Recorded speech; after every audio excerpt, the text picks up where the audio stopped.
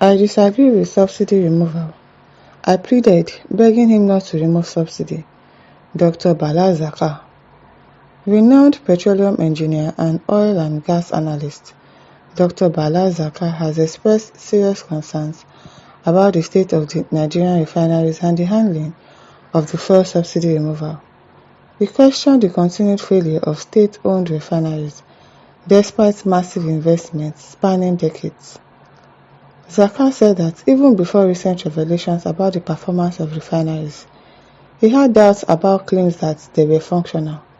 According to him, even respected professionals in the industry has been misled. He criticized the notion that refining crude oil is too complex for Nigeria, comparing it to advanced medical procedures like kidney transplants and heart surgeries. So why do you think it's complex for Nigerians? We have medical doctors in Nigeria that can do kidney transplants, that can do heart surgery very well.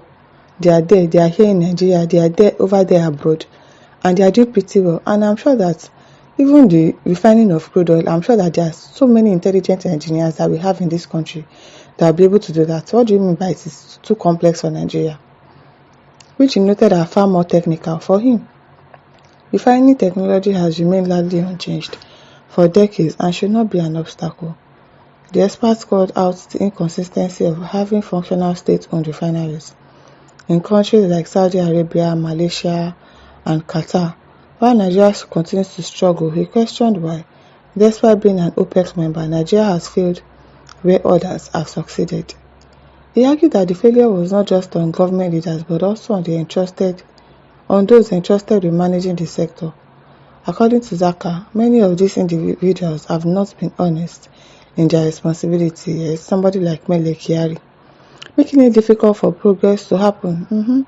He went further to challenge the logic behind relying on fuel importation, likening it to farm cassava but depending on outsiders for garri. He stressed that Nigeria should be producing and refining its own products. Dr. Zaka also revisited the removal of fuel subsidy, maintaining a firm stance against it. In his words, I disagree with subsidy removal. I pleaded on TV a week before his inauguration, begging him not to remove the subsidy. Probably you didn't see your pleading on TV. He argued that subsidy is a globally accepted economic strategy, and if it failed in Nigeria, it was due to mismanagement rather than the concept itself. Excuse me.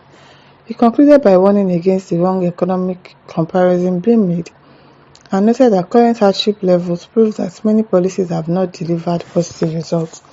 Dr. Zaka expressed hope that, going forward, leaders would seek genuine advice and learn from past mistakes to ensure energy sufficiency and economic stability. Charles Ndubisi says, Tinubu is an incompetent and a confused president. It's almost as if he doesn't know what he's doing. But people say he knows what he's doing, so I don't even know what to believe. People say, oh, he's smart, he knows what he's doing. It is well. Aziz Afid says, Oga, why are you calling black color for us as off-white? Is it because it's coming from Tinubu? It's not this man that made an announcement during the inaugural speech that the subsidy is gone as a result of that price of all commodities skyrockets. And is that not what the same thing the man is saying? I mean, what's this one saying now? Some people are just confused. Mutari Moody says he's doing what his masters from Paris wanted for reasons best known to him. Eugene Ogileka says it is understandable. No one supports the stoppage of the flow of food from where one eats. So you think that he didn't want the stoppage of food. That is why he wasn't supporting the fuel subsidy. So even after the removal of fuel subsidy now, what has happened? Has it made our life better? Has it made our country better? Some of you just talk without sense. Jude Law says Tinubu forced himself to be president so that he can cause hardship in Nigeria, and that is what he's doing now. I'm telling you, it's almost as if he wanted to do this on purpose. Like he wanted to come and punish Nigerians on purpose.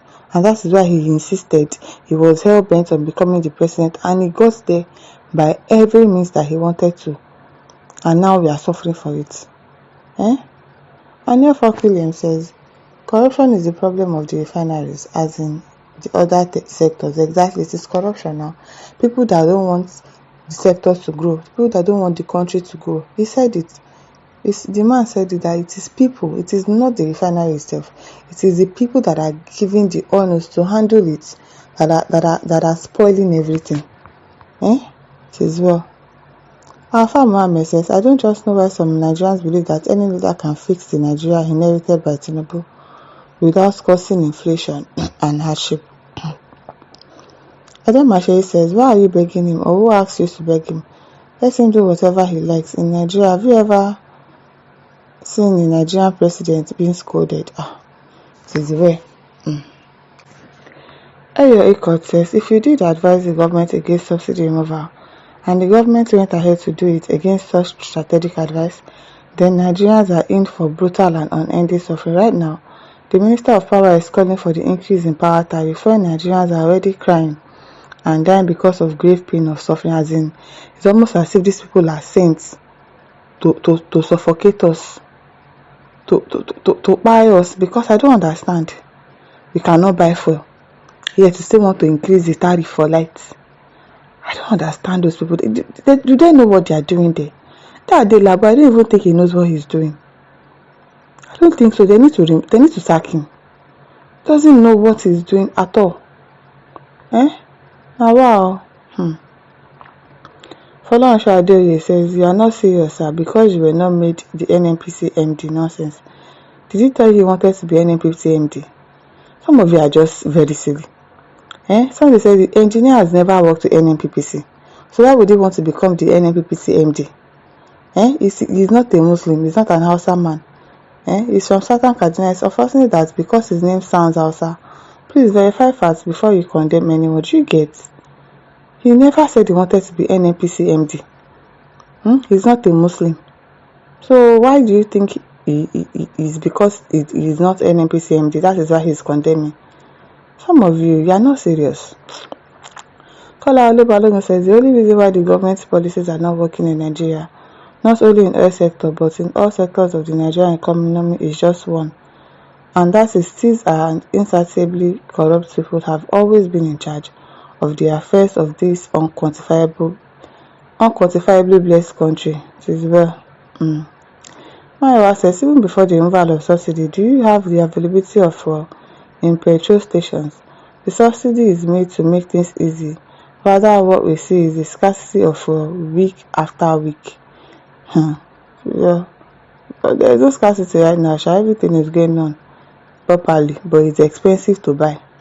So, my listeners, over to you. Leave your thoughts. Don't forget to like, to share, and subscribe. Thank you for listening. Bye.